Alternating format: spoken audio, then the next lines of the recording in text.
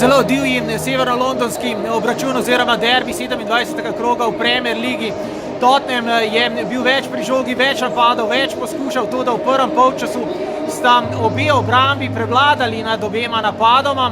Takoj po pauzi pa so na plin stopili domači. Tottenham je izkoristil že prvo veliko priložnost, ki jo je lepo zaključil strelom z glavo, kdo drug kot Harry Kane. Na to je imel Kane še tri priložnosti, tako kot tudi Lamela, Trippier in še kdo.